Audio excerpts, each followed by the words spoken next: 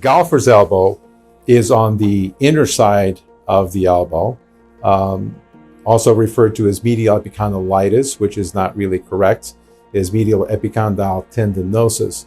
And it is different to talk about tendinosis versus tendinitis. Tendinitis implies inflammation, but this golfer's elbow is usually not inflammation. If it was, you would just take an anti-inflammatory medication, then the problem would go away. That's not the case. Tendinosis is a process that has to do with degeneration of the flexor tendon. And that is usually caused by chronic overuse and repetitive strain. The body tries to heal this. So some of these patients, they go on to having chronic pain as they have an injury, and then the body tries to heal, and then they have another injury.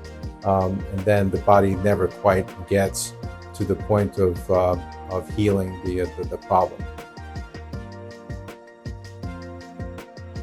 So both the tennis and the golfer's elbow, I always treat them without an operation. And 80% of the time, people do fine, without an operation. It's only 15 to 20% of the time that these patients go on to develop chronic pain.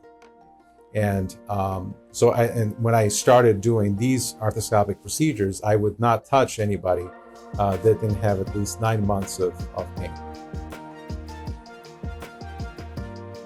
Professional golfers don't get golfer's elbow, but maybe the weekend golf players, they do.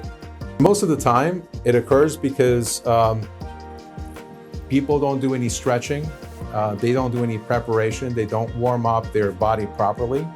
And then when you swing a golf club, there's a lot of kinetic energy, and it's that repetitive strain. So you're literally tearing the tissue away from the bone. And that over time, that's what creates the degenerative process and creates the chronic pain. A lot of it is education, to describe what the problem is. Because if they understand what the problem is, then some of the treatment is going to make more sense to them. When we talk about the importance of stretching and proper warm-up before you play tennis or before you play any type of sport. So the more pliability and flexibility that you have in your tissues, the less injury you're going to get. So if the tissue is very stiff, and if the joint is stiff, it's any type of sudden movement is going to be more prone to injury.